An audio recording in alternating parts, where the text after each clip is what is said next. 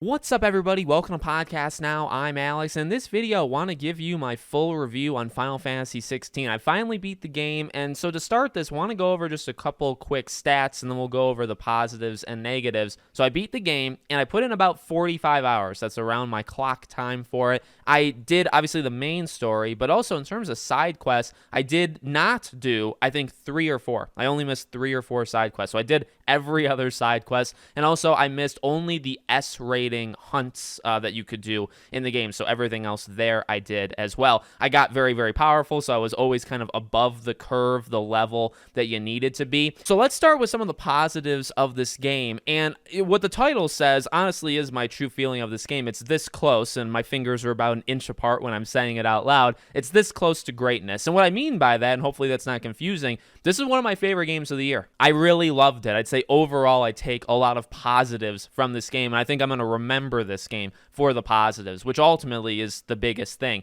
There are some negatives. There's some negatives that stop it from being, in my opinion, what you would maybe consider truly elite. But let's start with the positives and we'll go to the negatives. So positives, the story, I'd say largely is extremely good. And I'll get to what I mean when it's not largely, right? What's the non-positive parts to it? I'll get to it. But I kind of mean like the bigger moments, the things that aren't that hard to pay attention to. There's a lot going on in the story. There's a lot of regions. There's a lot of factions. There's a lot of kings and rulers and stuff.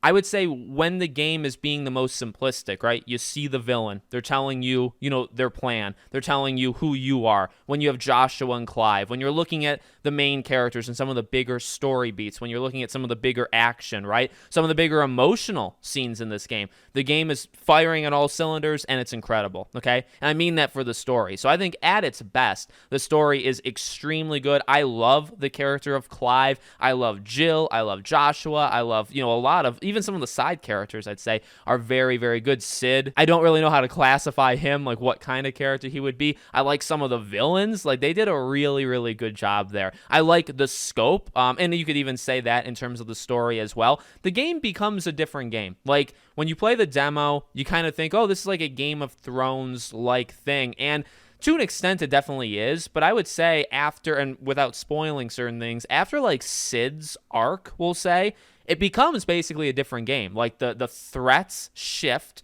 I would say even the central plot kind of shifts because you find things out and things just kind of move around, right? There's a time jump. I mean, there's a lot of stuff that goes on, and it's like, oh, okay, the game is doing something very different than I thought it was going to do, and that becomes the bigger game. I'd say that's like maybe 60% versus what you thought the game may have been at the start is maybe like 40%, and that's okay. Like, I'm not saying that as a negative. I actually think that's a pretty big positive. So I'd say story, pretty darn good. The size and scope of the game, and so by this, let's say the boss fights, right? How big and how otherworldly. When you're fighting in space, you've like transcended, right? The game is absolutely incredible in these moments. Now, they don't always one-up themselves, but they do several times before they get a little bit weaker. But even when they get weaker, then they kind of more rely on the combat and studying the enemy and figuring out like the move set and stuff. And there's some incredible kind of cinematic cutscenes that then you have to like mash square in towards the end of the game, like the last couple fights. So although they maybe are not like otherworldly like some of the middle fights that you do in this game, one of the fights that literally, I think it's with Titan, right? It reminds me of like God of War with the Kronos fight, but like 1,000 times bigger. It's nuts. It's actually nuts, the boundaries that this game pushes, and it does so, by the way, let me throw this in here, does so without any issue. The demo had problems. I talked about it. Like, for me, it had like stuttering frame rate kind of things with the bigger fights. With the game put the demo to shame in terms of the size and the scope, right? Because you go to outer space, you fight like this ginormous thing that takes up the entire screen. I mean, you're doing some crazy stuff. Game handled it perfectly. Honestly, like, it did really, really well. So I want to throw that in because tech performances aside, look, I didn't monitor the frame rate. I'm sure it dropped at times. It wasn't a consistent, 60 or 45 or whatever, but I didn't notice it. I did not notice it, and it kept up in even the most hectic fight scenes in this game. It did absolutely incredible,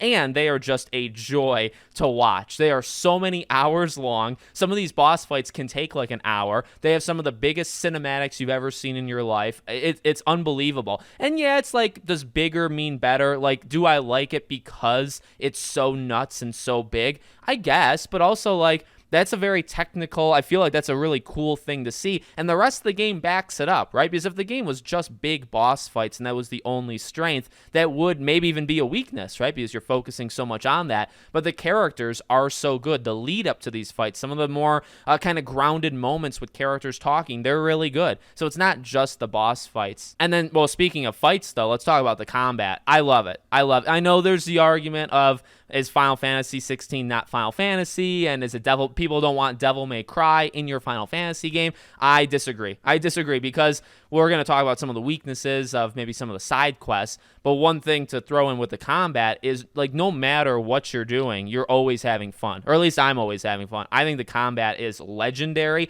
And I kept it very simple. I kept the first 3 big kind of groupings of abilities that you get in this game. Those are the 3 I used. Fire, wind, and electricity, basically. Those were the 3. And you unlock many, many more. I didn't even touch them. I maxed out the abilities in the first 3, and I just went to town. So I was having a blast fighting all the time. Again, even in some of the more duller kind of story moments or side quest moments, I was still having a blast because you're just fighting all these enemies, and they differentiate to an okay extent, and you're just having a blast fighting them, studying them, learning when to dodge, when to strike, which I got pretty good at as the game went along. First half of the game, probably not so well. Second half of the game, I started getting good, and you needed to, because some of those bosses could take you down health-wise very quickly. You need to learn how to dodge them at the proper time, and I did, and I felt very good about myself. So the gameplay challenges you, and it's always engaging, always fun, on top of, the rest of the game, which I think is rather good. And I just want to say this before I forget it. Last thing we'll say in the positives, the music. The music in this game, oh my god, it's so freaking good. I guess, like, the acting, like the voice actors are extremely, extremely good. All right, let's talk about some of the negatives, and it actually all encompasses just one thing, and it can kind of get spread out from there. The one thing is the down moments, right? Some of the more duller moments of the game. So the side quests are an issue. I'm going to throw that out there. What I will say, there are some good side quests. There's absolutely some good side quests. However, what I want to do, let's try to break it up here. First half the game, okay? The side quests are extremely simple. You go to one thing, you do one thing, and you come back and you're done. Okay, you could deliver food. You could go take out one bandit area, come back, and you're like, it's that simple, right? And I think it's too simple because it's just not enough to warrant it even being a thing you need to do. Now, I did them. I did all of them. I did all but 3 or 4 of them because I wanted to level up. I wanted to get whatever the quest would give me in that moment. So I did as many as I could. But they're too simple. They're way too simple. And they're just not engaging. Now, like I said, some of them are good. And some of them kind of come back, right? You'll have reoccurring characters in these side quests. There'll be maybe part 2s of some of these side quests. But first half of the game, I found it to be very, very limited. But here's the issue is the second half of the game, they were way too long. So, okay, you could say, well, Alex, for the love of God, pick a side, right? I would pick somewhere in the middle. I mean, that's where I would personally like it. Not too short,